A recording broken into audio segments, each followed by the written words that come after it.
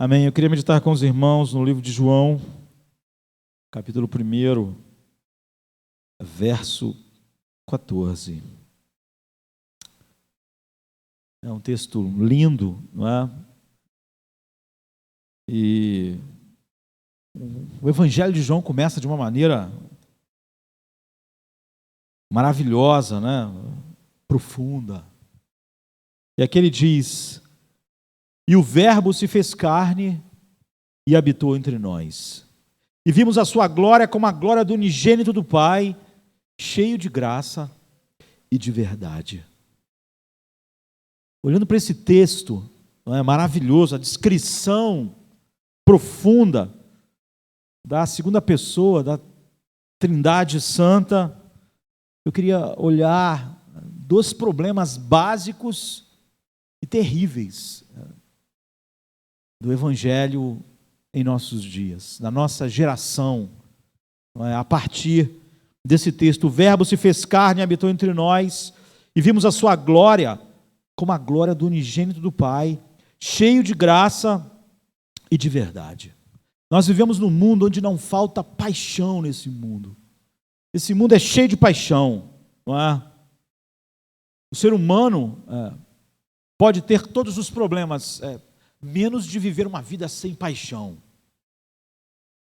Agora, a paixão é totalmente mal orientada, ou equivocada, ou está sobre coisas indevidas, mas a paixão move esse mundo. E há um texto famoso de Shakespeare, que ele descreve a vida humana assim: a vida nada mais é do que uma sombra que passa. Um pobre estrião que se pavoneia e se agita uma hora em cena e depois nada mais se ouve dele.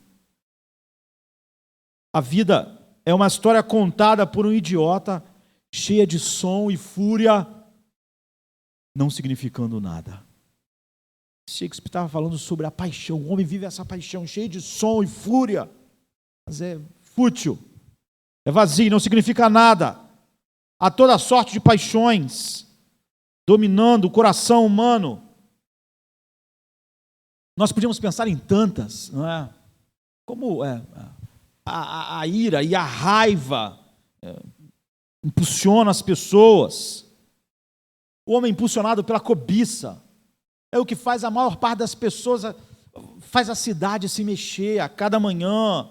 O desejo de poder ou algum interesse próprio move o ser humano, faz ele fazer mais e mais. O mundo está cheio de ira, de ódio. Tiago, por exemplo, Tiago 1,20 diz: a ira do homem não opera a justiça de Deus. Mas, no entanto, essa paixão impulsiona as pessoas. Esse dia eu estava vendo alguém na televisão falar algo, disse assim: eu odeio essa pessoa. Era uma coisa triste, alguém da família daquela pessoa tinha sido morta por essa pessoa. Mas eu achei engraçado assim, a razão que a pessoa deu, né? Ela disse assim: eu odeio essa pessoa, por quê? Porque Deus disse que o homem não pode tirar a vida. O homem não pode tirar a vida de ninguém, então ele tirou a vida e eu odeio essa pessoa. Eu achei isso um tanto estranho, não é? Porque o mesmo Deus que diz que não pode tirar a vida, diz que não pode odiar, não é? A razão pela qual a pessoa disse que odiava era Deus, porque Deus disse que não pode. Mas o mesmo Deus disse que aquilo que ela estava fazendo era tão errado quanto matar, não é? Jesus chega a dizer que se você olha para alguém com raiva, você já matou aquela pessoa no coração. Essa é as paixões que movem o homem, faz o homem ser assim, achar razões onde não há razão. E nós vivemos num mundo então assim, cheio de paixão, cheio de ira. Nós estamos num processo político. O processo político é cheio de ira, de ódio. Apesar de toda a conversa que nós ouvimos, e que até os cristãos acham realmente ser possível pelos mecanismos naturais, todo papo sobre paz, fraternidade, mas na verdade não são essas as paixões dominantes do nosso mundo, não é? E há algumas paixões que estão sobre coisas que são não tão negativas como essas, mas são completamente triviais. Há paixão pelo esporte, não é? Poucas vezes você vê as pessoas tão impulsionadas pela paixão quando nós pensamos em esporte. Ou todo tipo de entretenimento, recreação, ou então, como nós meditamos na quinta-feira passada, a busca pela felicidade pessoal, não é? O amor da vida. A paixão move as pessoas. Nós não achamos nada disso estranho. Na verdade, há uma ironia suprema na nossa cultura. Todas essas paixões enchem as pessoas. Agora, a devoção a Deus, uma paixão pela glória de Deus, é vista como um grave desequilíbrio. Sabe? O nosso mundo, a nossa cultura, nossa sociedade, se alguém direciona a sua paixão para Deus, para a glória de Deus, as pessoas dizem, esse cara é louco. Nenhuma outra paixão leva as pessoas a falarem isso. Mesmo na igreja, as pessoas encaram a paixão pela glória de Deus como um exagero.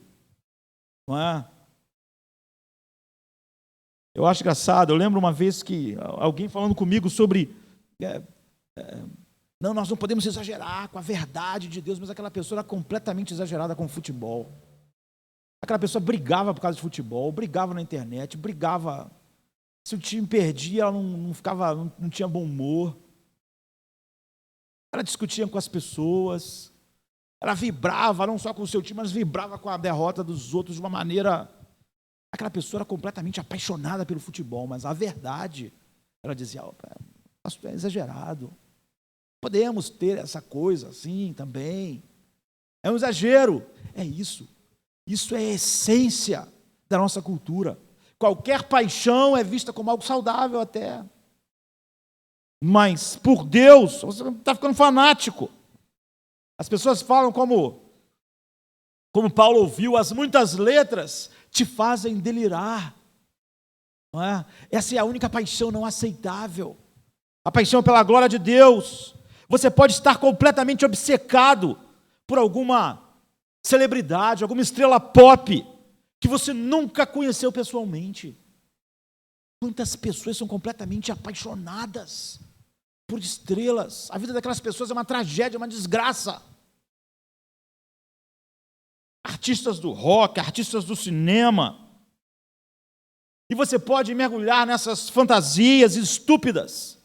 Ninguém acha que aquelas pessoas são loucas. Sabe? O culto à celebridade, na nossa geração, é uma verdadeira religião da nossa cultura. As pessoas não podem perder. Não é? As pessoas são capazes de ouvir a mesma música a vida inteira. Você já estava assistindo o fim da Olimpíada, o fim da abertura, e Paul McCartney foi cantar Hey Jude. Que isso? Não é? Esse troço é cantado há décadas. As pessoas eram para não estar aguentando mais. Mas não, estavam cantando lá. Não é? Aquela parte mais profunda da letra que é lá, na. Paixão, as pessoas têm uma paixão pelas estrelas, elas manifestam, elas choram, elas pulam, elas cantam. 30, 40 anos depois já é um velhinho. Paul McCartney é um velhinho já. Não é? Mas as pessoas continuam com aquela mesma coisa. A paixão, o culto à celebridade é uma verdadeira religião em nossa cultura. E vai sendo substituído. E as celebridades mortas, então, sabe? As celebridades mortas na nossa cultura recebem um culto, como a cultura antiga. Os gregos cultuavam seus deuses mitológicos. Vira um mito. Não é? Aqueles poucos anos de vida, as pessoas veem, sabe? Portanto, essa sociedade, ela não tem falta de paixão. É exatamente o tipo errado de paixão por toda sorte de coisas erradas ou triviais que domina o coração das pessoas. Não só no mundo, mas no evangelicalismo moderno. E se devia haver em nós uma paixão, a Bíblia diz, é pela glória de Deus. Porque não há nada no universo comparado à glória de Deus. De fato, o universo inteiro foi criado por causa da glória de Deus. Nada é mais digno da nossa paixão, entusiasmo, emoção mais sincera do que a glória de Deus. Este é o fim para o qual nós fomos criados. Para esta glória, para saborear a glória de Deus, é que os mundos existem.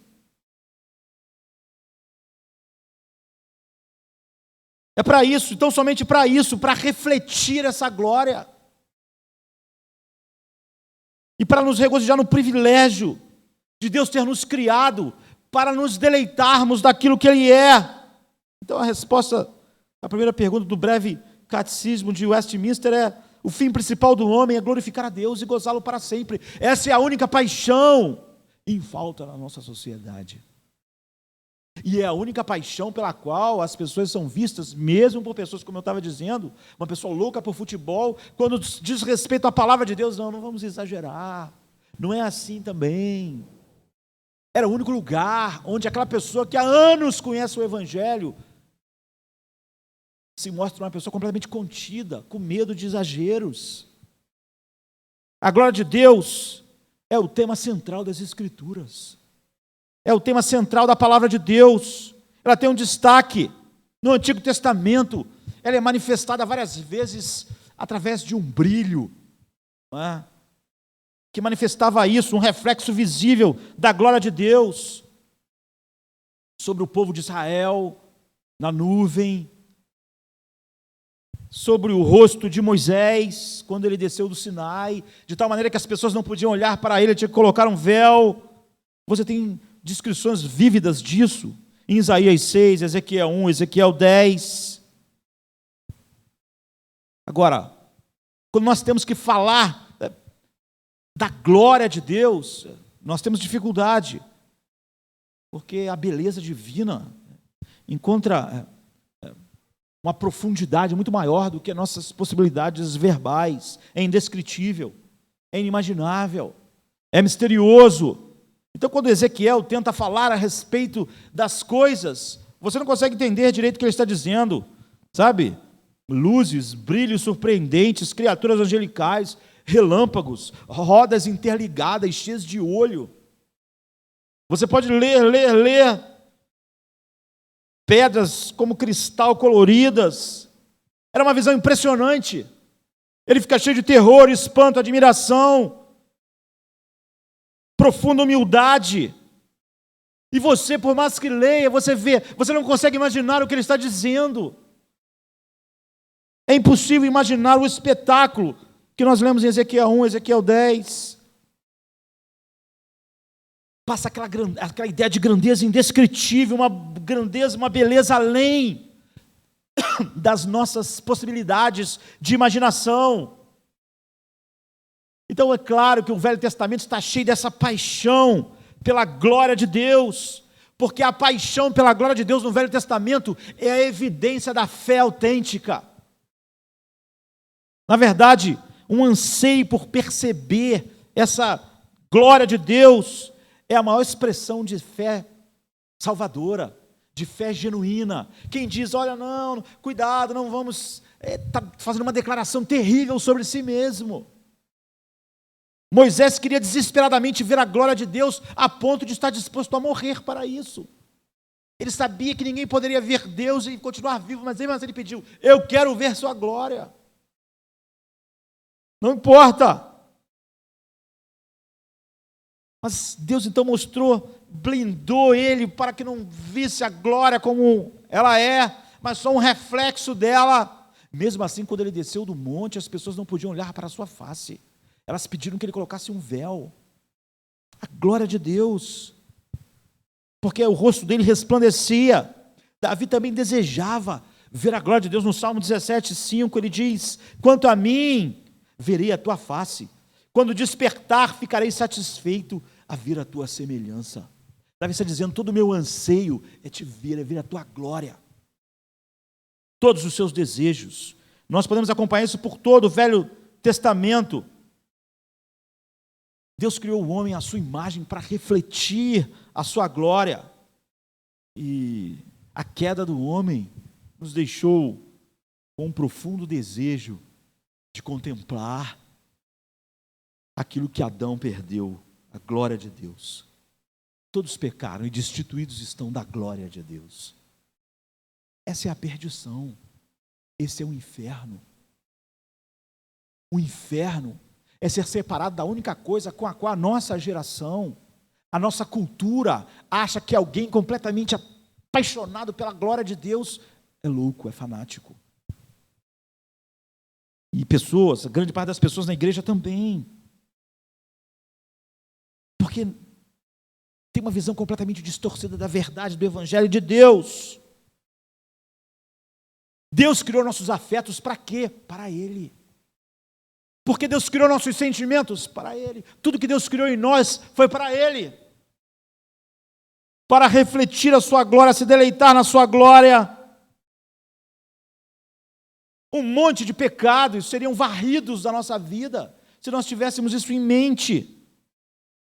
E um tanto dessas paixões, que mesmo Shakespeare diz que é só fúria, uma vida contada por um idiota, cheia de som e fúria, mas sem nenhum significado, paixão sem sentido. A plenitude da glória de Deus, então, se encarnou em sua perfeição na forma humana, na pessoa de Cristo. Jesus é o que Adão foi projetado para ser, e é infinitamente mais do que Adão foi projetado para ser. Porque Adão devia refletir a glória de Deus. Mas Jesus é a própria encarnação desta glória.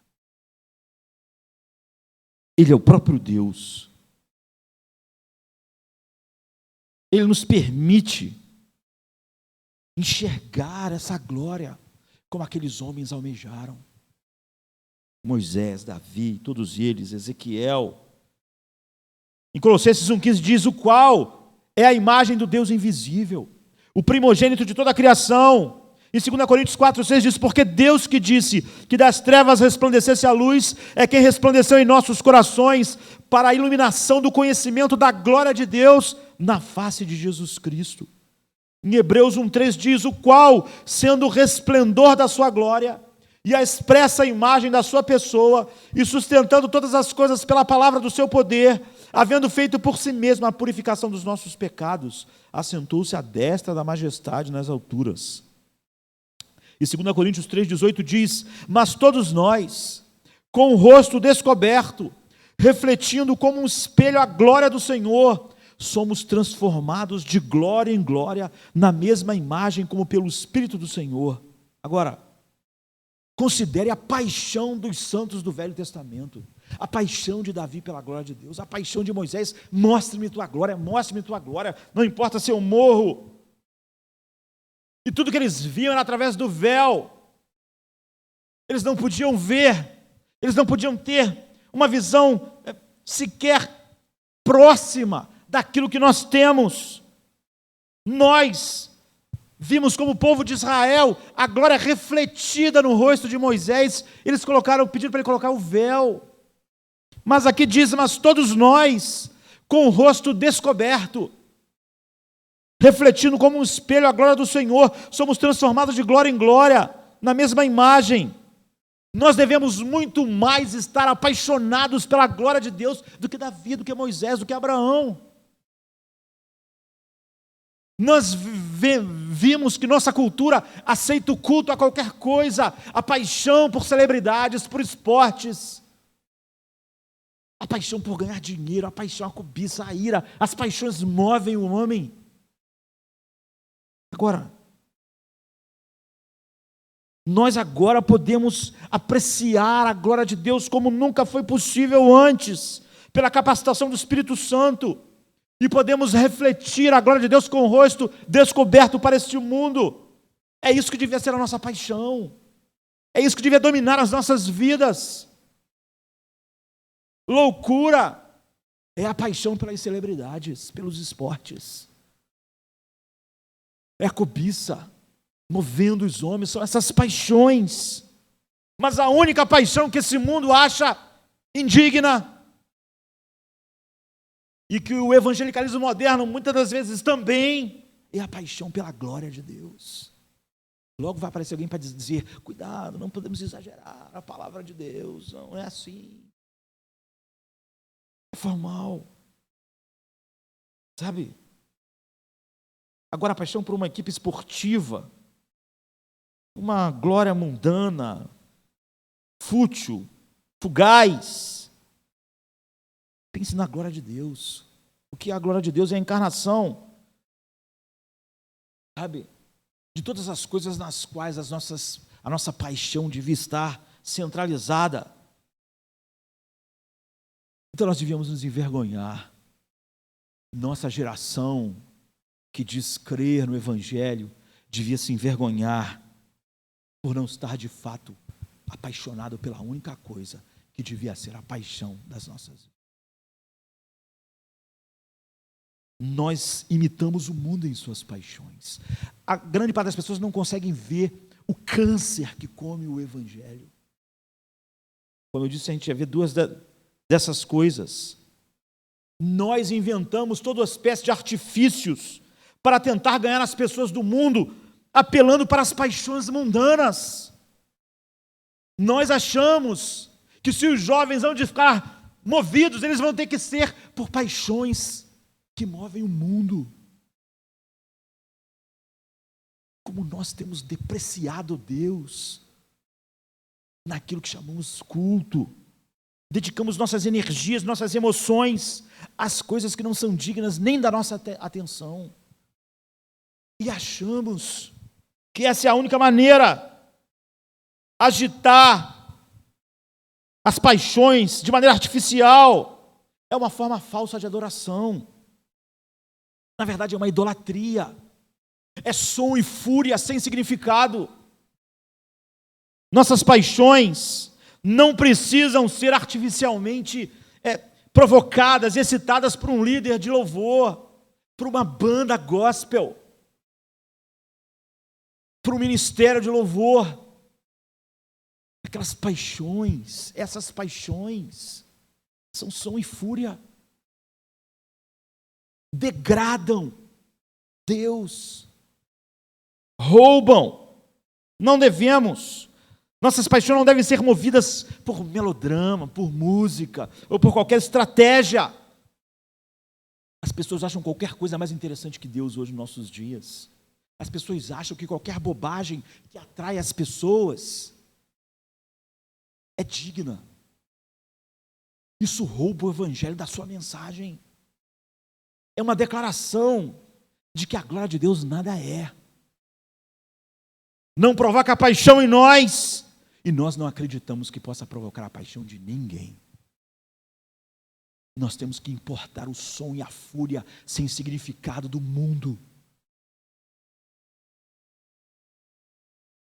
Em vez de pôr a verdade sobre a glória de Deus, em vez dessa paixão nos dominar, quem dera o mundo dissesse: muitas letras estão fazendo vocês delirarem.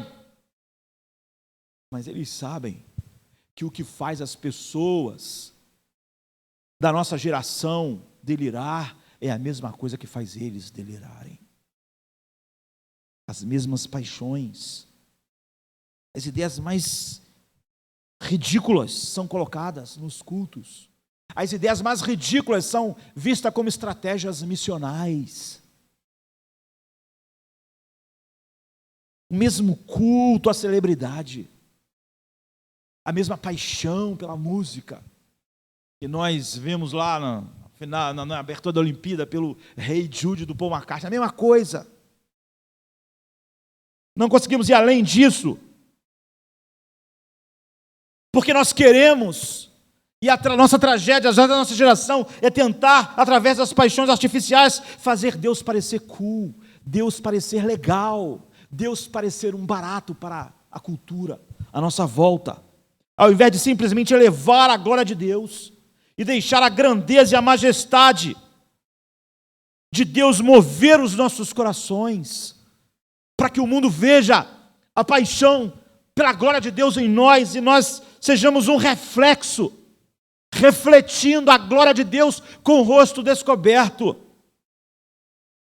Esse tipo de entusiasmo artificial, ele não ajuda.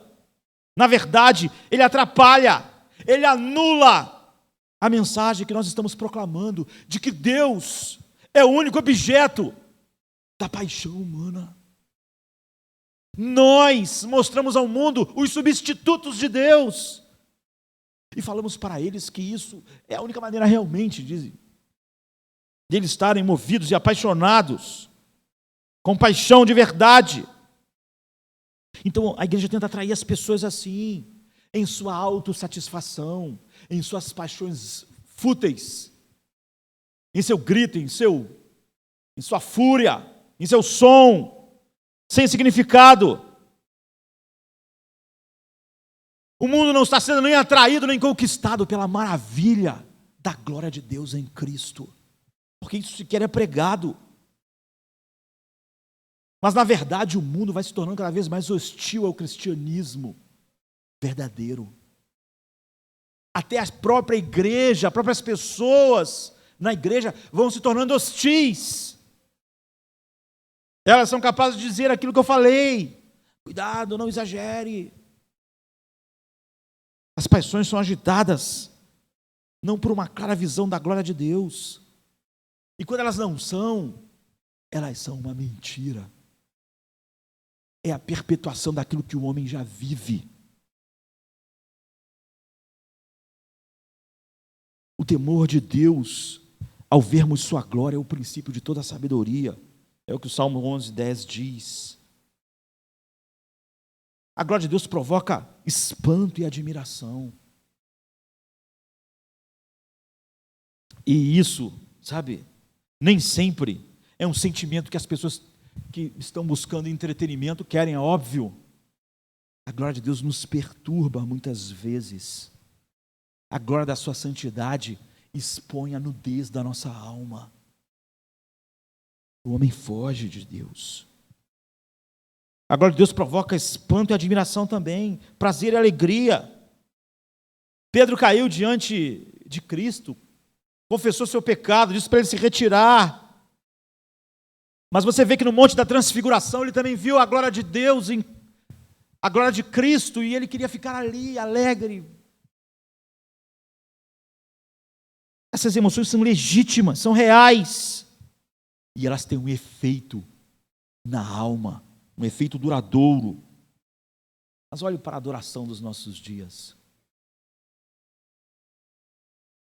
Sabe, certa vez, há anos atrás, eu participei de um cultão assim, ele teve toda espécie de êxtase místico, sabe, que nada tem a ver com a visão da glória de Deus. As pessoas se caíram. Eu lembro que quando eu estava indo embora no estacionamento, eu vi algumas pessoas orando por um carro. O carro não estava funcionando. Eu vi outras pessoas que estavam verdadeiros transes, combinando para naquela noite mesmo ir num show. É isso. Tem som, tem fúria. Mas instantaneamente, quando as pessoas terminam, é como se você sair de um show, de um teatro. É som e fúria sem significado. Sabe, a intensidade de tudo, a música, a pregação, o serviço, dominou todas as pessoas. Mas era isso, som, fúria sem significado. Não, sabe, não fez nada por aquelas pessoas. Eu lembro que naquele dia as pessoas expulsaram todos os demônios do Rio de Janeiro. Isso deve fazer uns 20 anos. Não tem demônio no Rio de Janeiro há 20 anos. Você sabia disso? Foram embora, eles expulsaram naquele culto. É isso. É sulfúria sem significado, é patético, é uma vergonha.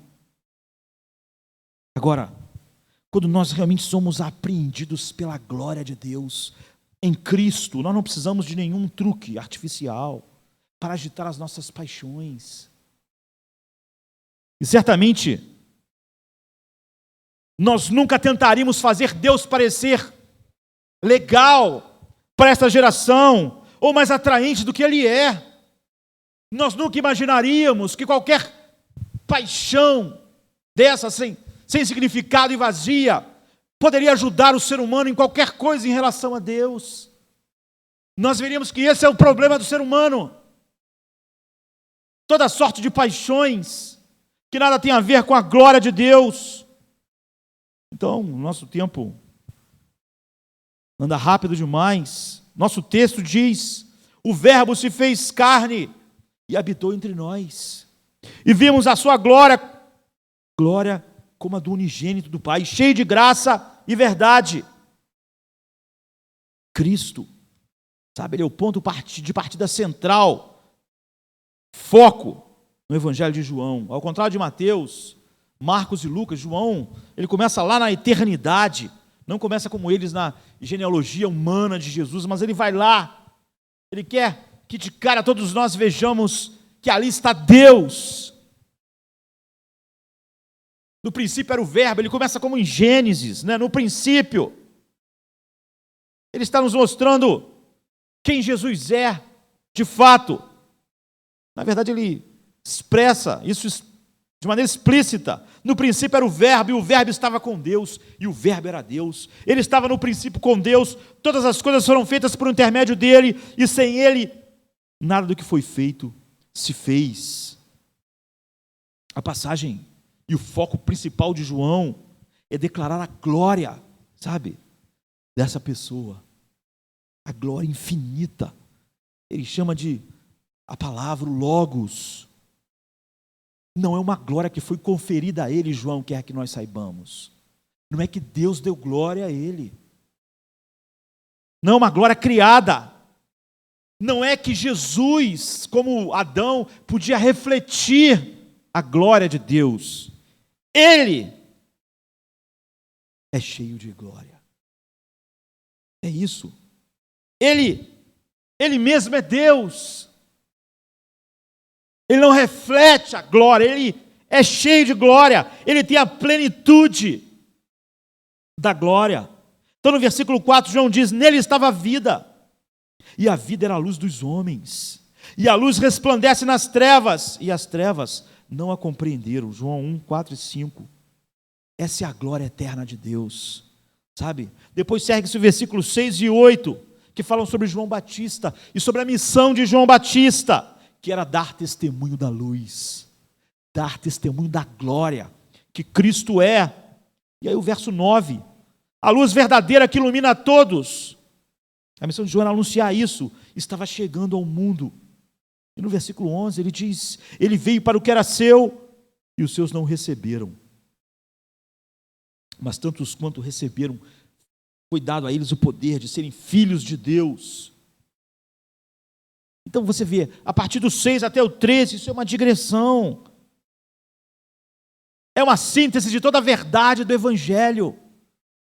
João começa assim, João começa nas alturas. No princípio era o Verbo, o eterno Deus, o Criador de todas as coisas. Então quando a gente chega no 14, ele diz: e o Verbo se fez carne, e habitou entre nós, e vimos a sua glória. Esse versículo conclui, sabe, o pensamento e mostra o que João estava falando na sua primeira frase. O Verbo se fez carne e habitou entre nós. O Verbo, sem o qual nada do que foi feito se fez. Ele fala que ele é cheio, então, da glória. É uma montagem de palavras que nos remete ao Antigo Testamento. O tabernáculo era cheio da glória de Deus em algumas ocasiões, como em Êxodo 40, 34 e 35. Quando Moisés olhou consagrou aquele tabernáculo. Então a nuvem cobriu a tenda da reunião e a glória do Senhor enchia o tabernáculo. E Moisés não podia entrar na tenda da congregação, porque a nuvem parava sobre ela e a glória do Senhor enchia o tabernáculo. Sabe? Então, em 2 Crônicas 7, de 1 e 2, assim como Salomão terminou a sua oração, desceu o fogo do céu e consumiu o holocausto e os sacrifícios, e a glória do Senhor encheu o templo. Os sacerdotes não podiam entrar na casa do Senhor, porque a glória do Senhor encheu a casa. E você pode ver isso em Ezequiel, em Isaías, no Novo Testamento, em Apocalipse, o corpo humano de Cristo. Era como uma tenda que permitiu ele habitar entre nós, viver entre nós, sem se despojar de nada da sua divindade. Ele estava cheio da glória. Mas João descreve a glória de Cristo de um modo distinto, que nós temos que ressaltar hoje aqui. Ele usa 3 palavras: glória, graça e verdade. Essas 3 palavras. A primeira, glória. Como eu disse, é difícil nós descrevermos a glória de Deus. Ele é cheio de glória. A glória de Deus não é um objeto que nós possamos descrevê-lo. Há coisas que nós sabemos como é, mas não podemos descrever. Elas não são um bom parâmetro, mas nós podemos ter uma ideia. Quando nós falamos sobre beleza, nós não podemos descrever o que é beleza. Nós temos uma ideia do que é beleza, mas não é como descrever um carro.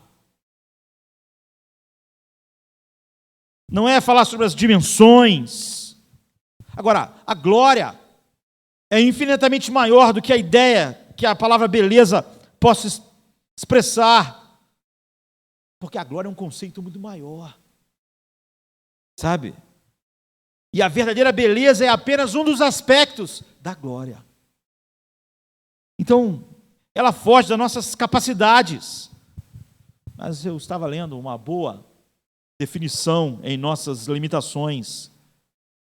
A glória de Deus é a infinita beleza e a grandeza das suas muitas perfeições. A glória de Deus é a infinita beleza e a grandeza das suas muitas perfeições. Nós fomos feitos para esta glória, para essa infinita beleza e grandeza das perfeições de Deus. É um jogo de palavras que não faz jus, não faz justiça àquilo que é a glória de Deus, mas a Bíblia sempre fala sobre algo majestoso, radiante, irresistivelmente poderoso, santo, consumidor, inspirador. A glória de Deus inclui tudo isso, mas é muito mais. Muito mais. É surpreendente, é terrível. É algo que os olhos humanos nunca puderam contemplar. A glória de Deus é mais emocionante do que qualquer coisa que existe neste mundo. Eis a tragédia do homem ter toda espécie de paixões por todas as coisas fúteis deste mundo. E eis a tragédia da igreja querer usar essas paixões fúteis em coisas fúteis para trazer os homens para a igreja, porque a glória de Deus é a coisa mais emocionante que existe. A grande mensagem da igreja é: a glória de Deus não está com nada, não é nada. Venha para cá por causa da música, porque nós vamos fazer Deus parecer legal para você. Venha para cá porque nós somos pessoas legais e Deus também vai ser legal, segundo as estratégias que nós estamos fazendo. Você não pode ser movido corretamente para a glória de Deus se você está sendo movido por todas essas paixões na vida lá fora. Você sequer pode ser movido para contemplar algo da glória de Deus se a própria igreja usa essas paixões, esse som e essa fúria sem significado do coração humano. Então, a glória de Deus é tudo que nós devemos amar. É isso que o mundo devia ver em nós, refletir a glória de Deus com um rosto descoberto. Ver essa paixão. Porque a glória de Deus resume tudo o que importa, desde a eternidade passada até a eternidade futura. A glória de Deus é a única coisa que faz esse mundo ter valor, faz a vida humana ter valor. A vida humana não tem valor intrinsecamente. Se ela não existe para a glória de Deus, ela é refúgio, ela é jogada no inferno. Se ela não existe para a glória de Deus, ela não tem razão de existir. Mas ela não só não deve não existir, não dar glória a Deus, é digno de uma punição sem fim. O que Deus criou, Ele criou com o propósito de revelar a sua glória. E de que tudo se deleitasse na glória de Deus. Cada aspecto, quando o homem se arrepende de verdade, por causa da verdade de Deus, ele glorifica a Deus. Quando ele é movido pelas paixões, pelos sons, pela fúria do coração humano, pelas paixões do homem natural, ele não está se aproximando de Deus. A verdadeira confissão, Josué, certa vez disse, Josué 7,19, para Acã: meu filho, confessa o seu pecado e glorifique a Deus. Admita que você merece a ira de Deus, que Ele está certo e você está errado. Glorifique-o. 1 Samuel 6,5 diz: dá glória ao Deus de Israel. Você vai encontrar isso por toda a palavra de Deus. Não é que nós possamos dar glória a Deus, aumentar a glória de Deus, fazer Deus mais glorioso. É declarar a glória de Deus com nossas vidas, é reconhecer que só Deus é digno da nossa paixão, do nosso louvor, que a beleza dEle é tudo que nos move. Você vê a tragédia que é a igreja realmente achar que apelar para as paixões fúteis do coração humano, que exatamente estão nas coisas que não deviam estar, pode de alguma maneira ajudar o ser humano. É como se nós empurrássemos o ser humano mais para o inferno onde ele já está. O inferno do som, da fúria, das suas paixões sem sentido.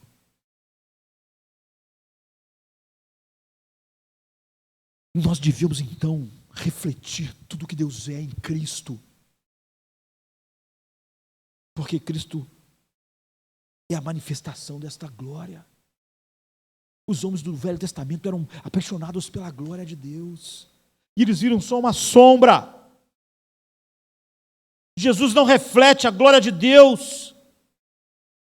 A Bíblia diz que Ele é a glória de Deus. Ele é cheio dessa glória porque Ele é o próprio Deus.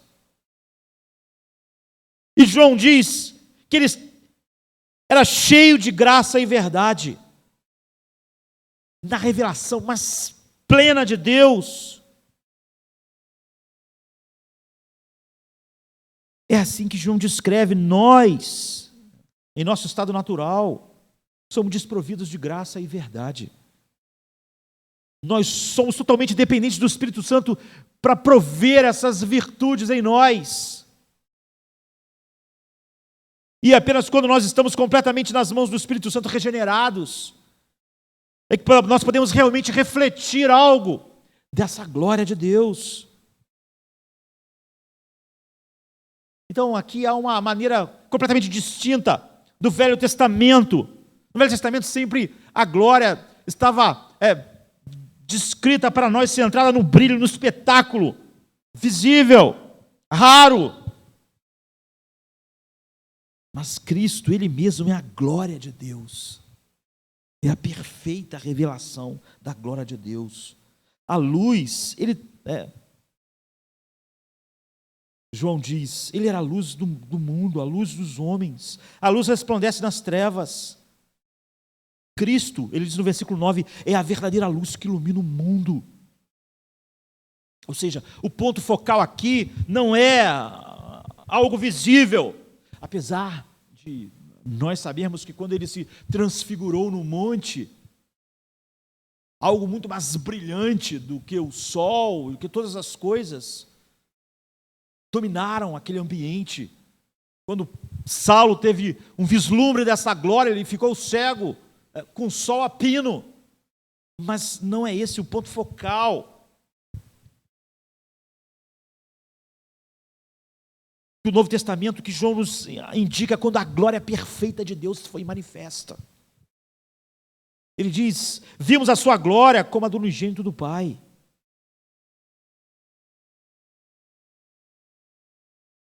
João tinha participado também lá daquela visão na transfiguração, mas não é isso que ele enfatiza aqui. A glória como unigênito do Pai. Unigênito, monogênes. Igual ao Pai. Ele está dizendo que Jesus é Deus. Monogênes, unigênito. O único que é filho, o único que é igual. Isso chocava os judeus. Ele não é um reflexo da glória de Deus. Ele não é o melhor espelho que reflete Deus. Ele é. Por isso que em João 14:9 Jesus diz: quem vê a mim vê o Pai.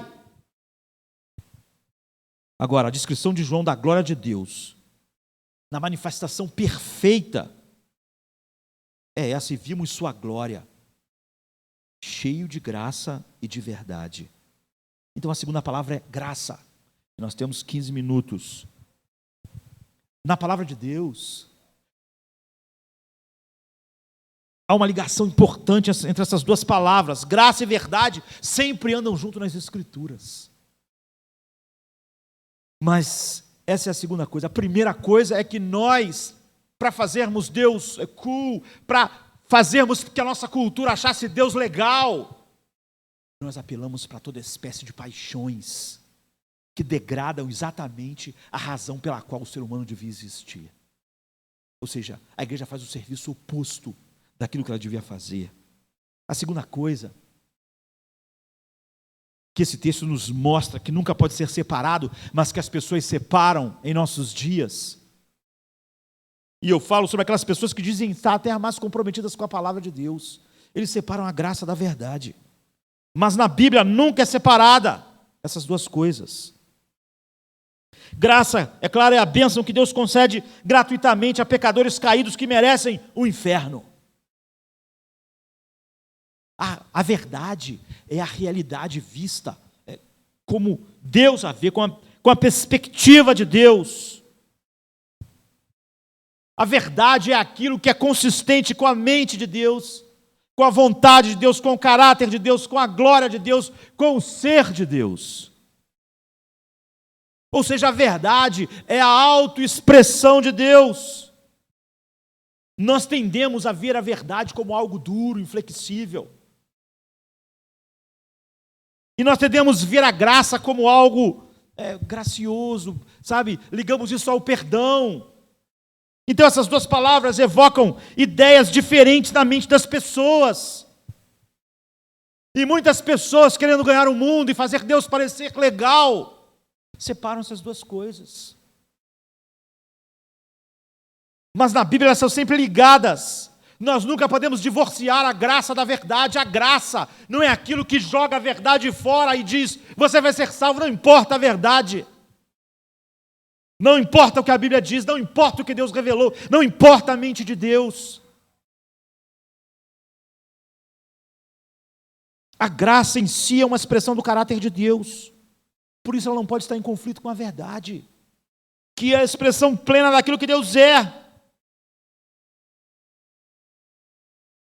Mas muitas pessoas na nossa geração pensam que essas duas coisas são incompatíveis. Vamos enfatizar a graça e não a palavra, assim. A verdade vai afastar as pessoas. Nós temos que enfatizar a graça. Que graça! É quase irreprimível no coração humano tentar separar essas duas ideias. Enfatizar a graça é não enfatizar a verdade. Porque vê essas coisas como coisas hostis e que lutam entre si. É isso que você vê incorporado na retórica do movimento pós-moderno, da igreja missional, muitas vezes da igreja emergente. Essa ênfase em uma tentativa de jogar a graça contra a verdade, de ter uma graça que salva completamente a despeito da verdade. uma graça desprovida de preocupação com a verdade. Um evangelho da graça que não é completamente apaixonado pela verdade de Deus. E que para salvar por graça, abre mão da verdade, abre mão da sua proclamação. Porque é óbvio que a verdade vai entrar em conflito com aquela paixão, com aquela fúria, com as paixões fúteis do coração do homem. E nós achamos que graça é exatamente tentar juntar aquela paixão com tudo para ver se o homem tem algum interesse mínimo que seja por Deus.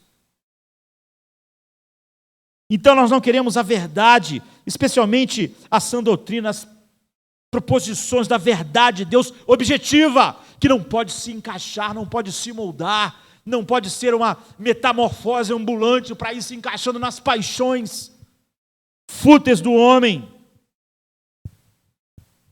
Então, grande parte daquelas pessoas que dizem até pregar as doutrinas da graça são hostis à verdade de Deus.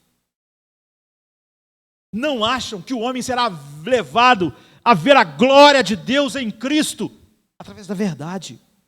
Mas Jesus é a expressão da glória de Deus e Ele é cheio do quê? Cheio de graça e de verdade.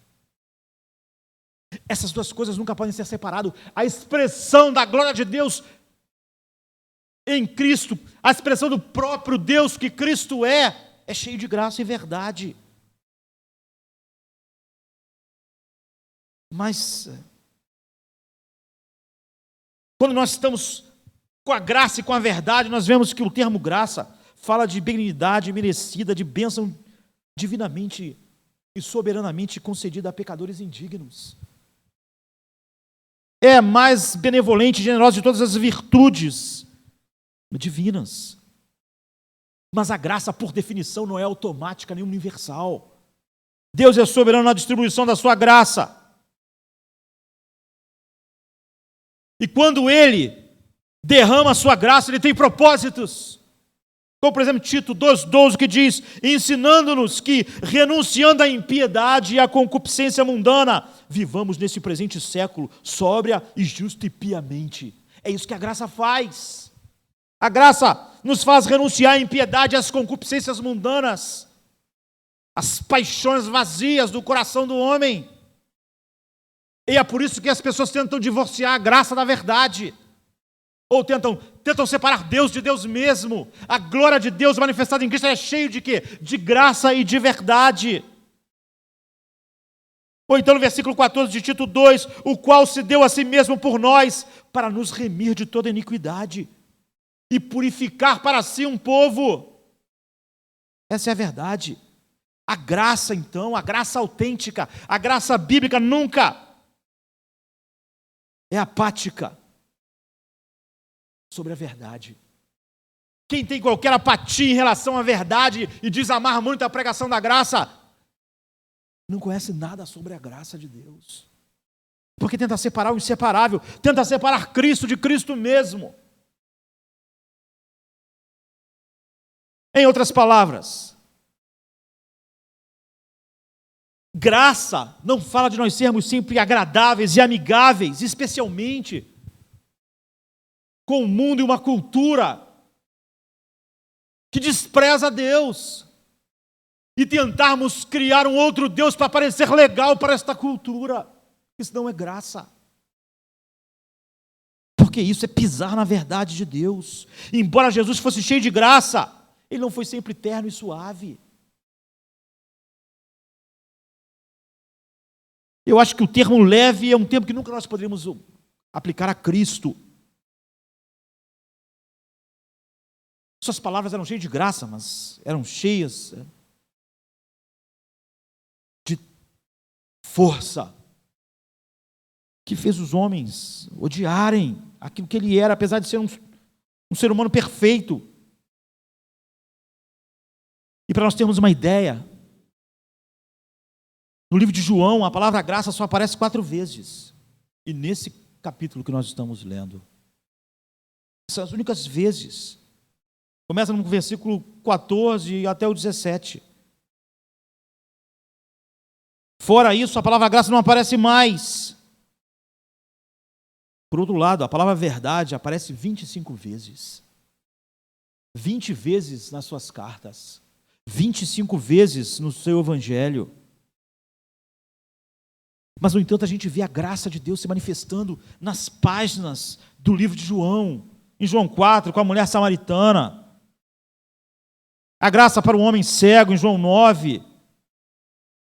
A graça quando ele lava os pés dos discípulos, em João 13, e assim por diante. Nós vemos um Jesus cheio de graça,